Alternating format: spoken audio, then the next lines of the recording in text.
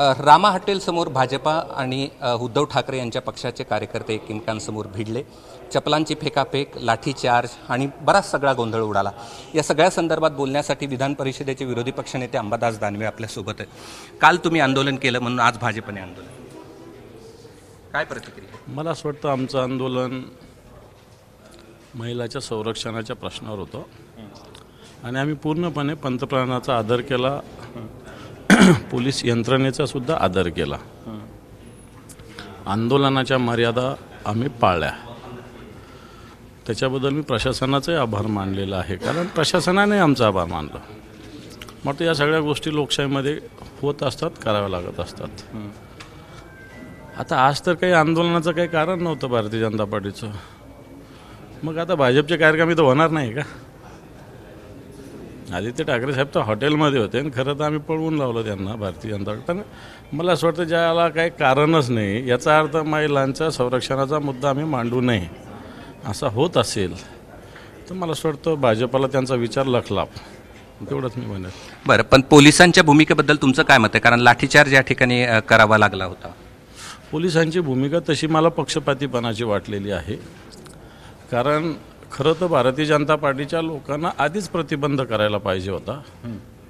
मी रात्री मान्य पोलीस आयुक्तांशी या संदर्भात बोललेलो होतो, पण जर आरेला तर कार्य उत्तर मिळणार शिवसैनिकाकडून, आणि मग शिवसैनिकांनी आरेला कार्य उत्तर दिलेलं आहे.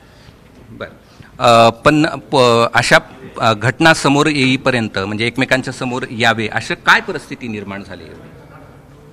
मला असं वाटतं लोकशाहीमध्ये सगळ्या नेत्यांचे दौरे होत असतात. समजा परवा राजसाहेब आले होते, आमच्या लोकांनी काही लोकांनी जे केलं त्याचा आम्हीच त्या गोष्टीला विरोध केलेला आहे.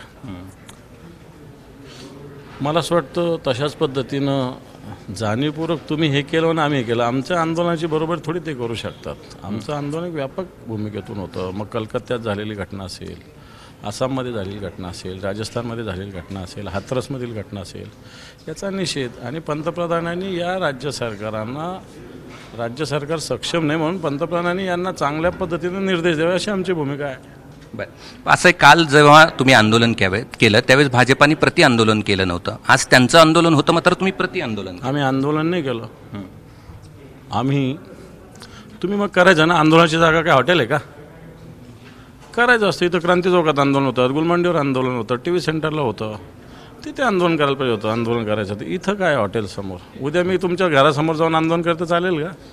आता तुमची पुढची भूमिका नेमकी काय? नाही, काही नाही. त्यांच्याविषयी काय भूमिका? ते फालतू लोक आहेत. ते काहींना ताब्यात घेतले तुमच्याकडे, सोडतील पोलीस, काय प्रॉब्लेम नाही. बरं, आता तुम्ही म्हटलात की भाजपाचे पुढे आंदोलन होणार नाही का, याचा अर्थ काय?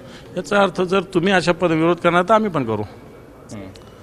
पण करू. घोडा मैदान जवळ आहे, मग स्पष्ट सांगतो, त्याला काय प्रॉब्लेम. धन्यवाद. हे होते विधान परिषदेचे विरोधी पक्षनेते अंबादास दानवे.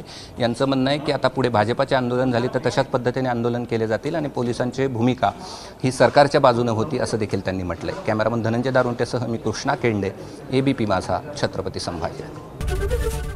ABP माझा, उघडा डोळे बघा नीट.